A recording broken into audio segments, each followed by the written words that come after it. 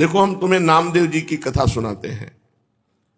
जन्मांतर में नामदेव जी ने बहुत भजन किया था पूर्व में, तो बाल्यावस्था से भगवान के नाम में और रूप में बड़ी आसक्ति थी नामदेव जी की, स्वाभाविक।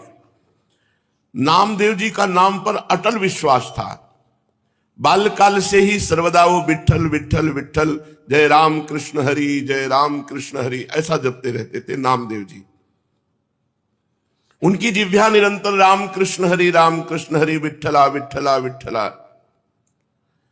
बाल्यावस्था में उनके सरल विश्वास और व्याकुलता पूर्वक आवाहन से ठाकुर जी मूर्ति में नहीं टिक पाए, साक्षात प्रकट हो गए। एक बार ये अपने नाना जी के पास रहते थे। इनका प्रादुर्भाव भी किसी पुरुष से नहीं हुआ, माता का गर्भ रहा और आप प्रकट हो गए। पूर्व जन्म के कोई बहुत बड़े भजनानंदी महापुरुष थे। इनकी माता जी बाल्यकाल में अपने पिता से अर्थात नामदेव जी के नाना से पूछा कि मेरा पति कौन है, तो उन्होंने ठाकुर जी को बताया, ठाकुर जी आपके पति हैं। तो बाल्यावस्था से उन्होंने दृढ़ निश्चय करके वैसे ही व्यवहार जैसे एक नवकिशोर पुरुष से किया जाता है, वैसे ही ठाकुर जी पर दृष्टि रखना, और वो दृष्टि माधुर्य भाव से रखना, श्रृंगार भाव से, कांता भाव, प्रभु मेरे पति हैं।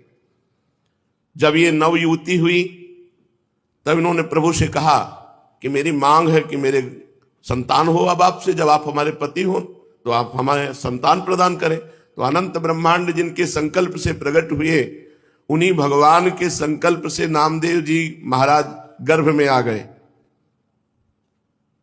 अब जब गर्भ बढ़ने लगा तो आपस में लोगों की चर्चा हो रही, देखो सयानी लड़की का ब्याह न हो करने से यही दुर्गति होती है।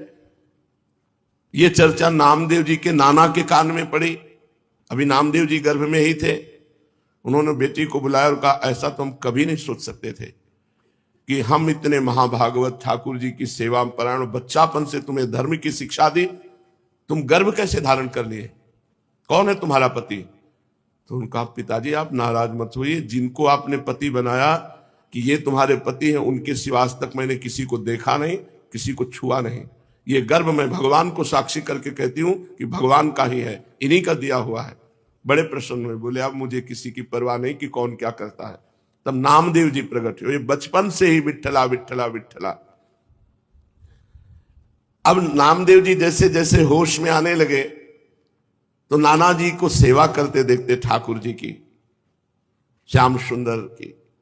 उनके भी मन में आता, छोटे बच्चे थे, नाना जी मैं भोग लगाऊं, नाना जी मैं ठाकुर जी को स्नान कराऊं। तो उनका, जब हम किसी कार्य